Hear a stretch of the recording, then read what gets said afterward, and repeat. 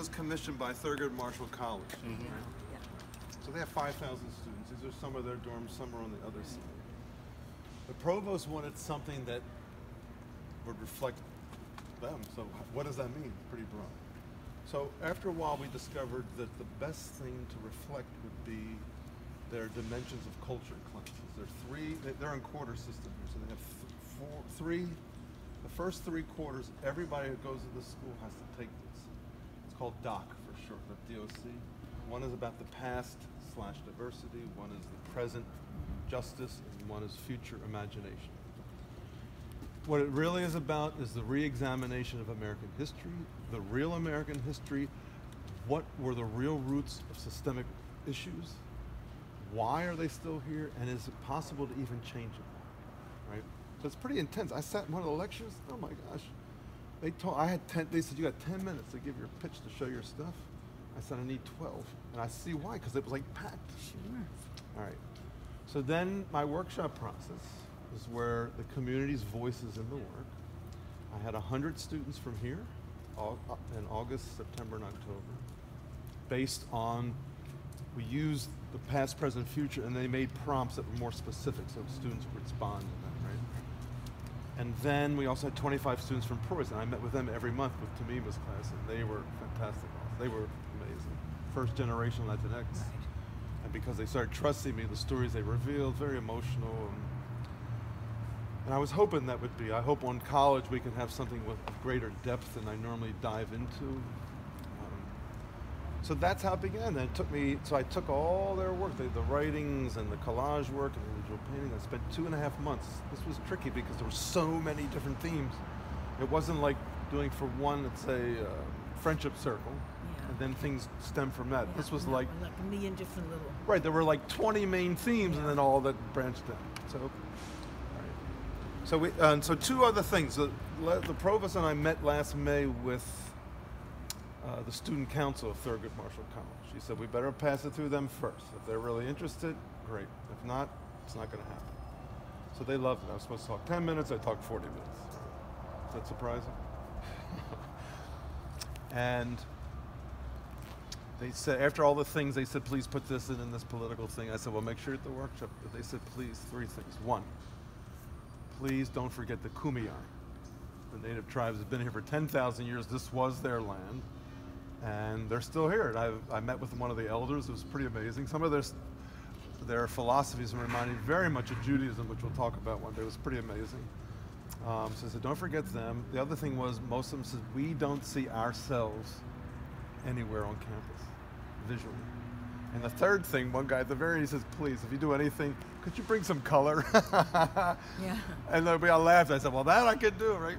So I know Mike told you when as of last May or June, there was nothing here. It was a concrete nothing.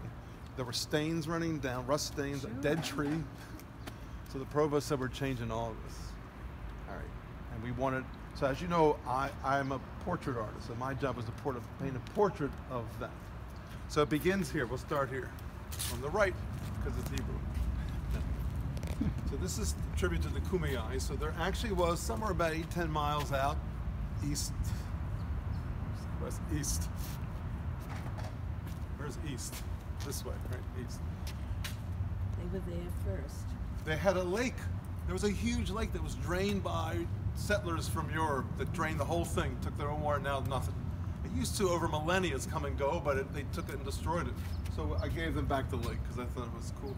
And this is from their basket weavings, which I thought were really beautiful. I wanted to know this was their land. And the Kumeyaay and these portraits underlie the whole work here. This is also from one of their baskets. And this area you recognize, right? Scripts. Dr. Latz is right here, working right behind that little hill there.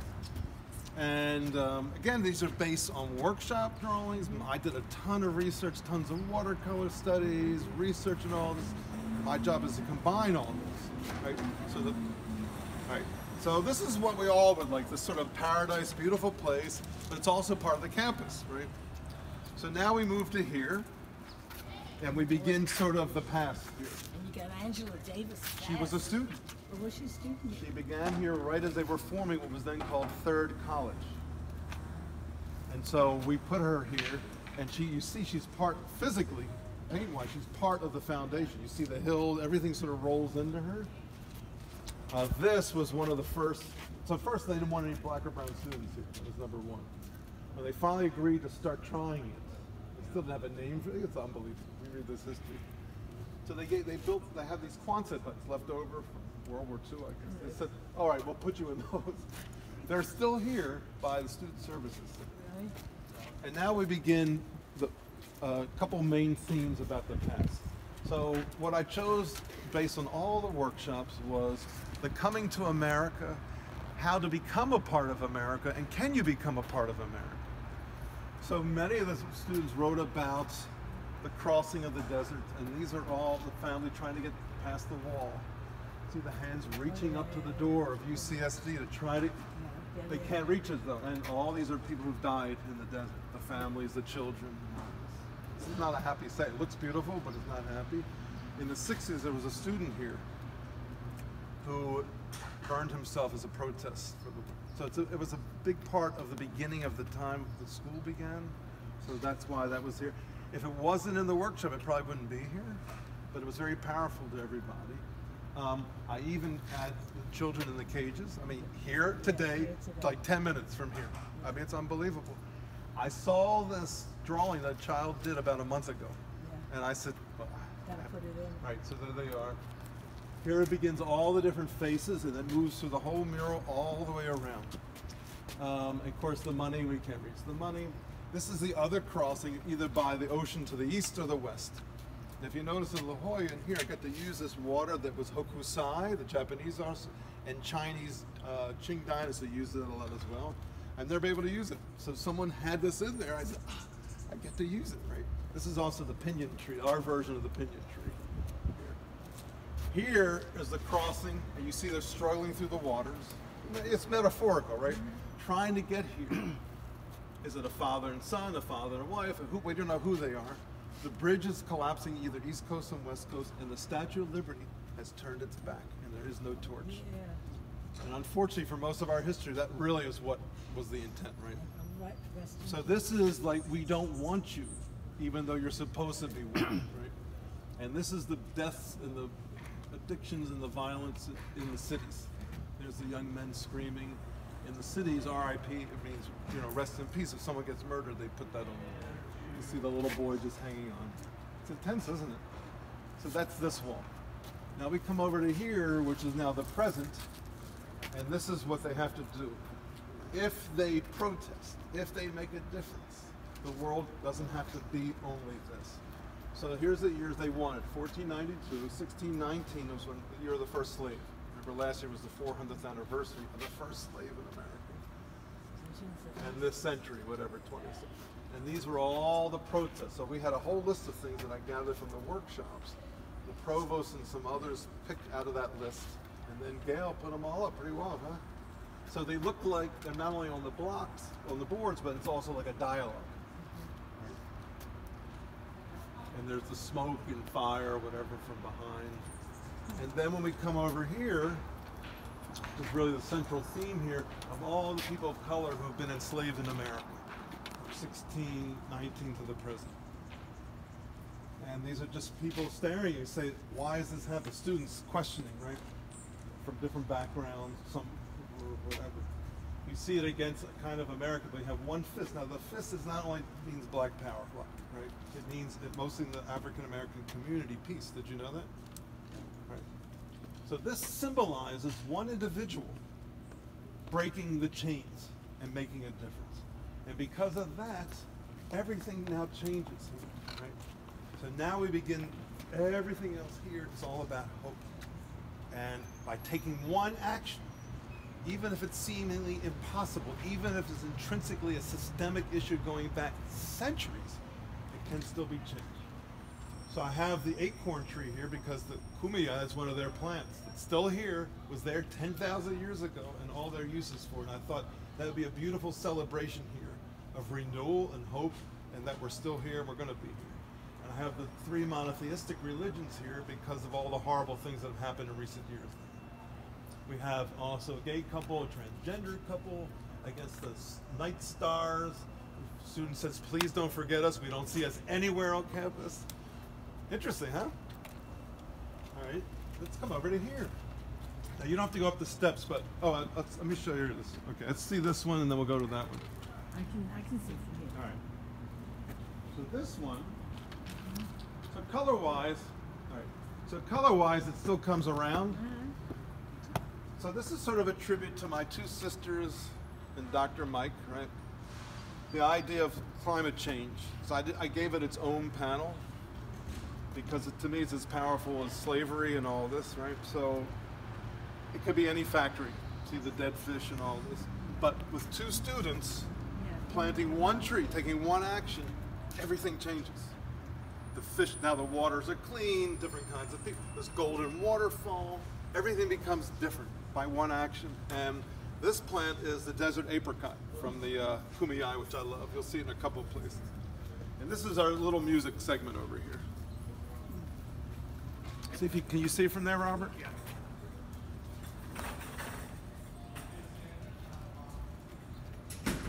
So this was one of the students did this celebration of music, and I usually put music in. I had to put it somewhere.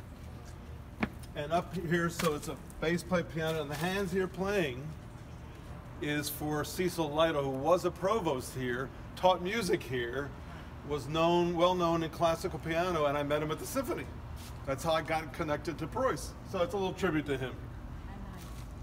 And then we have the final major panel here related to the doc class.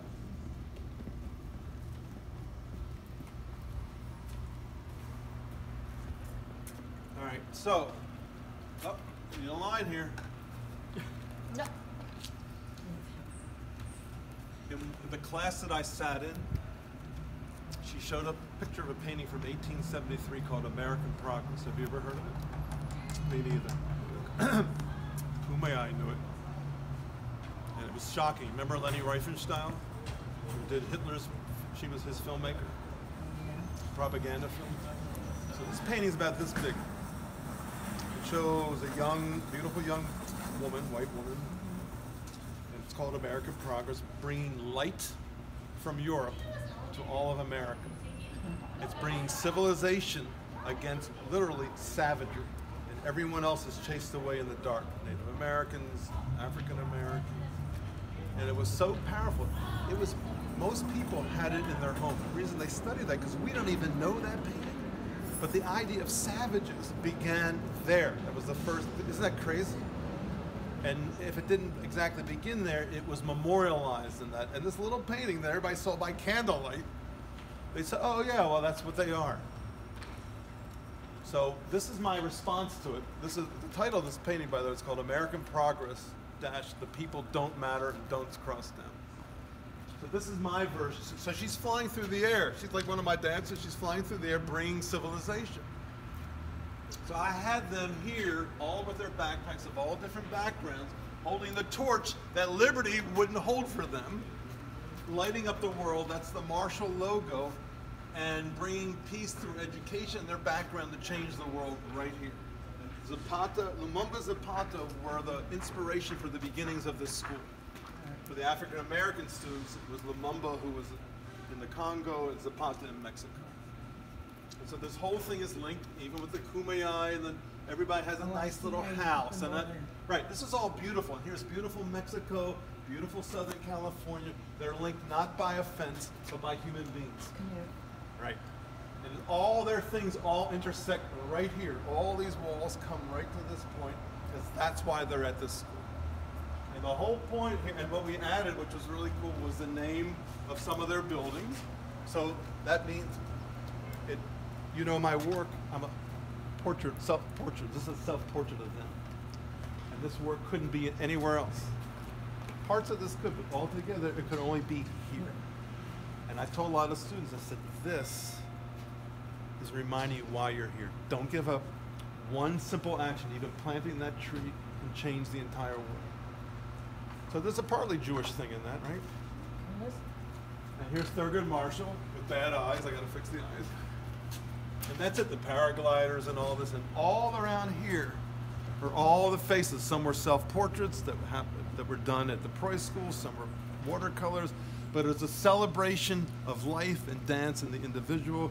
There's a kumeyaay dancer there that I saw, and different flowers and all this stuff, and it wraps all around. And it does the other thing, which is bring life and color to this section, which nobody looked at before, and now it's a whole new place. It's lovely. Now, did you do these all yourself? I mean, you took their ideas and you drew the things. Yeah, so we had 120 some people in my workshops, and that's the intent of the workshop. I want them to speak to me visually through their intellect, but through painting, not writing. They start with writing. And I take all their collages, their writings, their painting. First I got to listen to them. I said, all right, now what do I have, right? How do things connect? What is important?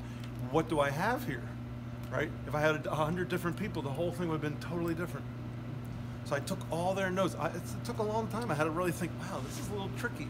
I don't want to insult anybody, but this is very powerful politically. This is a political school, this college here. And this is a very political scene. Right, and I want them to not give up because we need people. We want it to be this, not the nightmare. Well, you have activism there, and so that may be the main in the building, but it's... Right, that's why they chose those names. Isn't that interesting? Do you need a block line over here? Right here. Is that what you're talking about? Yeah. Are you going to put it in for me? Not me. You're going to put a color on? Not me. Yeah, thank you. I haven't. Yeah, bro. I just had to pull it away. I have to finish his face. Yeah. Have a little touch up to him. We're done. And this room. Then tomorrow morning we'll put the coating on. But each of these has a. Yes, the painting itself is protected. It's plastic, acrylic. But we put a UV protector, because the manufacturer says so. So interesting, huh? Yeah, it is. It's really good. Thank you.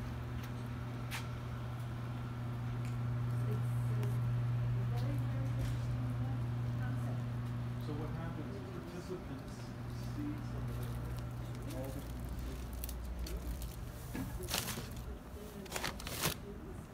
all the work I've done for you based on all the giant murals, all the images. Healthcare for the homeless, trees I planted in the forest. They all begin.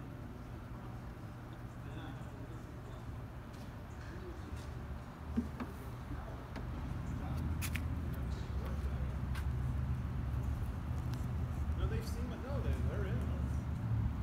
Anyway, thank you for coming by. This gives another explanation. Okay, good. All right. Well, excuse me for fighting the sun.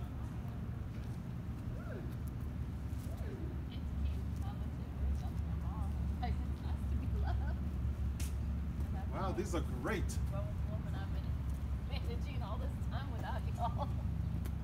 I'm here to help. Hey, what's this tree? Because it had like dots in it Fruit. that no one put in. Fruit. I know, but You can put whatever fruit. Apples. What should we have? it had red and yellow dots. Well, it was red. It was supposed to be apples. What do you think, Dr. Mike? What kind of fruit?